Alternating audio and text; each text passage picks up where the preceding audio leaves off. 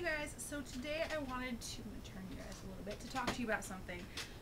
I've seen on a lot of, because I follow a lot of fitness Instagrams and stuff, you know, like, and YouTube channels and Twitters, you know, like Nikki Blackketer and mostly Nikki Blackketer, but I've seen a lot of people talking about how if you are mad because you have to keep starting over, if you're sick of starting over, then quit stopping.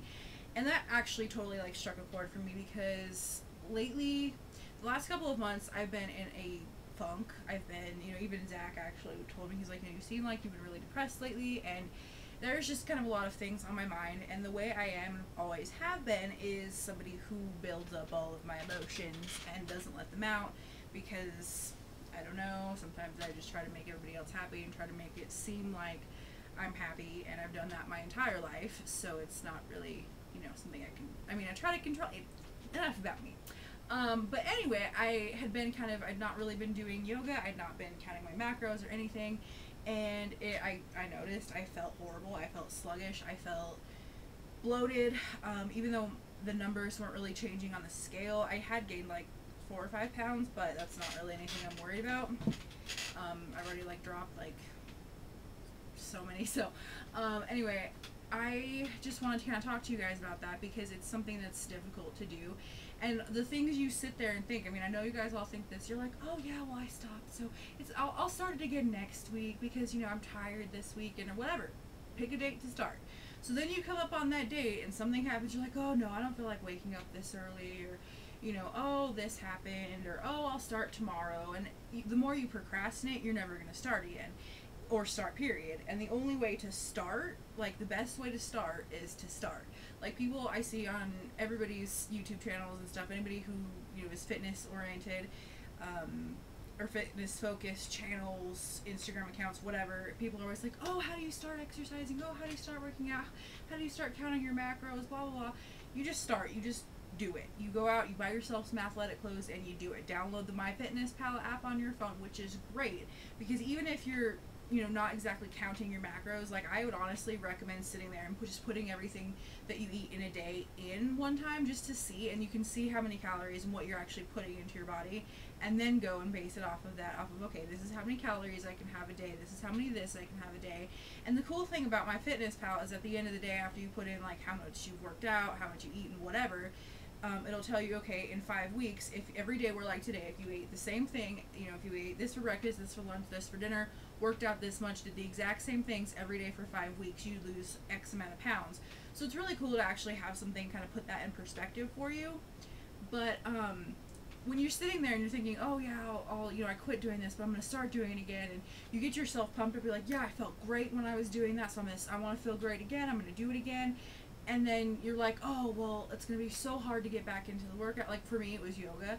It was like, you know, yoga's really not even that hard for me, like, the routine that I do. But it's like, oh, it's going to be, you know, miserable the first day and blah, blah, blah, blah. And the first day that I actually did it, I don't remember what I did the day before, what had happened the day before, but I know that it did not feel good. It did not feel good in any way. I didn't feel refreshed from it. I felt pretty miserable. And I stopped doing it again after that because I was like, oh my god. And so then I started thinking, okay, it's going to be so hard, I'm going to feel like shit. But you know what? You'll feel like shit for the first couple of days, and then you'll move on. You'll just be fine. And I started it back up this Monday, and it was amazing. It felt exactly the way it used to. It was, couldn't hold things for as long as I had, so I just kind of cut my intervals down. Like, instead of holding something for 10 seconds, I held it for 5 seconds.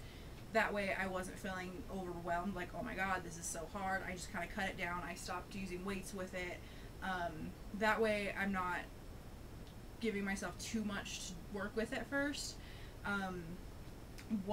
It's a really good thing to do if you're trying to get back into a routine, is just like kind of cut it down and then build it back up. Because the way I even started with the weights with yoga was I'd done yoga so much for so many months for every day that it got to where it was still good and I still felt good, but I wanted to feel better. I was like, oh, well, I could get in a little, my arms stopped being sore from holding them out like this or whatever. So I bought 2 2-pound weights, and, you know, that changed things. But I'm not using those again yet, just because I want to be able to kind of work my way back up there again so I'm not overwhelmed.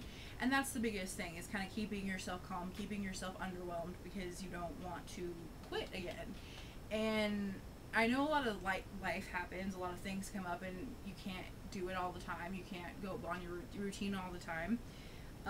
But when you have to go off of it, do it and then come right back on it. Don't, you know, think about it. Don't overthink it. Don't stress it too much. Just get back on there. Do it again. And it's not as hard as you think it is. It's not going to be as bad as you think it is. Nothing is ever as bad as you think it is. And I know that firsthand from being somebody who draws blood and gives shots all day. You know, people are always like, oh my god, shots hurt so bad. Oh my god, it's terrible. Oh, I don't want to get it. And then after they're done, they're like, wait, you already did it? I'm like, yeah. So you psych yourself out so much for things in life, like, that are just kind of petty. And everybody does it. It just happens. So I've definitely gotten back into it, and that's just kind of what I wanted to share with you guys, was that it's really not as hard as you think it is in your mind. It's just a mind game that we play with ourselves, and it sucks, and I wish we didn't do it, but we all do it. It happens to everybody. So just kind of, you know, if you're out lifting weights or something, running a mile, run maybe half a mile, and then if you feel really good after that, then run the rest of the way, or whatever your routine is that you're getting back into. Just kind of cut it down a little bit, just so it'll be easier for you. Cut it down to like just as if you were first starting, and then if you feel overwhelmed afterwards, you're like, okay, that's good, I'll stick to this for a week. And then if it feels like, okay, I need some more, then continue on, do some stuff for longer, whatever, but don't push yourself, because that's when you start to say, oh my god, this is too hard, I can't do this, and then that's when you quit again. So just do that. And MyFitnessPal actually I found really helps, because you can see, because you don't think, you're like, oh, this is just a tiny candy bar. And yeah, a few years ago, like 10 years ago, they started talking about, you know, if you ate a whole pack of M&Ms, how many miles you would have to run that pack of M&Ms off, or half a pack of M&Ms. And I don't think of it that way, because I don't want to make myself not ever eat M&Ms, because I love M&Ms, and I don't ever want to not eat whatever. So I just fit them into my macros. I'm like, okay, for breakfast I'll have this, for lunch I'll have this, yep, I'm gonna have my M&Ms, I'm gonna just cut out my afternoon snack or my dessert or whatever. You know, you can make things fit. And if you go and watch like Nikki Blackner's vlogs, Christian Guzman, any of those people, anybody who follows the if it fits your macros method, you see, I mean, you can look it up on Instagram and see these big bowls of ice cream with a Kit Kat bar in there and some Oreos and some peanut butter and like goodness all over, and you're like, how does that fit into a diet? Well, it fits into a diet because you're like, okay, I get this many calories a day, and I've eaten this, and this, and I still have this many calories remaining, so no, I'm not going to sit there and eat the whole pint of ice cream, but I am going to have a half a cup of ice cream with a tablespoon of peanut butter, with half a Kit Kat bar, and 2 Oreos, because that's a serving. Like, everything is fine in moderation. I know this is kind of rambly, but it's the point. You can have, if you have the mentality of going into a diet, like, okay, because I've been on several different diets in my life, which is another video, but if you're sitting there saying, okay, I'm starting my diet on Monday, it's going to be great, I'm going to eat this, I'm just going to eat salad, I'm not going to eat anything else, and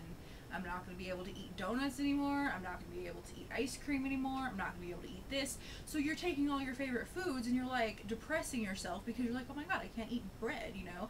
And so then you don't want to do it, and you're like, oh, when's the end coming so I can eat bread again and stuff, and it's just kind of like a vicious cycle, and you don't want to do that. So being able to sit there and say, yeah, if I want to eat an Oreo, I can have 2 Oreos a serving and be okay. You know, it'll get that craving out of the way, it'll get, you know, all of that kind of just taken care of, and you're not going to sit there thinking, oh, I wish I could have this, oh, I wish I could have this, because me and my mom did that one time, and it was horrible, to the point we ended up like sneaking food in, like we snuck fudgesicles in the bathroom and ate them, yeah, to hide it from my dad and my brother, which was funny, because it's not like we didn't tell them afterwards, because we did tell them afterwards, because we went out to eat afterwards, and we were also going on vacation, like we were going back to Nebraska for a weekend to see my grandparents, and we were just like, I don't know, it was just, that's another diet story for another time, but just don't limit yourself on that, and getting back into it, just kind of ease your way into it. If you're just starting out, ease your way into it. Don't like immediately go out and like start carb or calorie depriving yourself and stuff. Don't do that at all. That's bad. That'll make you hate it. That'll make you not want to do it. The way I'm doing it, I actually want to do it. I almost failed gym class. Gym class. I almost failed gym class a couple of different times, and I didn't like dieting. I didn't like working out, doing anything athletic, and then anyway, once I realized, you know, that I can go get my cardio through going through a hike or walking a nature path or something, it's like, okay, yeah, this is great. And once I realized, you know, how empowering yoga felt, like the first time I ever did it, I was like, oh wow, I felt taller. I felt like all of my limbs and everything were like aligned. Like I've never had a chiropractic adjustment, but I bet you it feels the same way, kind of. Probably not, but you know, whatever. I felt very aligned with myself, like with my soul, with my brain, my body. Everything was great. And the first time I got my cousin to do yoga, she actually, you know, texted me back and she's like, I feel so empowered right now, and it's a great thing. And knowing that I mean, I would much rather go walk on a nature path, go hike up a mountain. You know, luckily I live in Colorado where the world is my playground, but going on a hike or even a walk, because if you guys, wherever you live, you can look up nature paths. Every state, every city has nature paths. Walking on that is so much better than going to a gym to stand on a treadmill to walk on it for 45 minutes or however many miles you're going to do that day, and surrounded by people that you're judging yourself against and thinking that they're judging you, but really they're not, because they're just there to work out and probably judging themselves against you. And you know, that's kind of the mental thing we do to ourselves, but it's so much easier if you're walking on a nature path or something. You're like, oh wow, I just walked 6 miles. Okay, how did that happen? Because you're paying attention to the scenery, you're out in the fresh air. It's a great thing. You're out in nature. We're supposed to be out in nature. We're supposed to connect with nature, and it's so much better. It doesn't actually feel like a workout at that point, and you can do easy things. You know, you can go from, like here we have the Manitou Incline, we have all these 14ers that are, all that stuff is intense and hard, so you can do that, or you can just go walk a nature path, whatever. You can kind of pick your own pace, which is nice, and it's so much easier and better. And I mean, not that a gym is bad, because gyms are good for like weightlifting and stuff. I don't know if I said that already, but anyway, that's good. Or if it's raining and you can't go on a nature path, you know, treadmill comes first then. But I would rather go out in nature and do that stuff. Like Table Mountain is a really difficult climb. The Manitou Incline is a climb. Mountains, I mean, you don't even have to hike a 14er. You can do like a little mountain and stuff, and it's still really great. It doesn't feel like a workout. It's like, woo, I feel like just great. Like I feel like I can breathe. I feel like, you know, whatever. It's just, you feel that kind of high, and it's a great thing. So basically the moral of this story is to, if you're procrastinating and starting, just start. It only gets harder when you keep procrastinating, and it only gets easier when you actually start. And then if you are trying to get back into a routine, just start and don't talk yourself out of it. It's not going to be as hard as you think it is, and just go for it. And yeah, so I hope you guys like this video. I hope it was inspiring in some way to you. And if you want more, like, my opinions on health and fitness and stuff, I do work in the medical field, so, you know, I'm not really qualified for anything. But, you know, I know things. And if you guys want more videos like this, give me a thumbs up. If you don't, whatever, I don't care. Thumbs it up anyway. And I'll talk to you guys all later.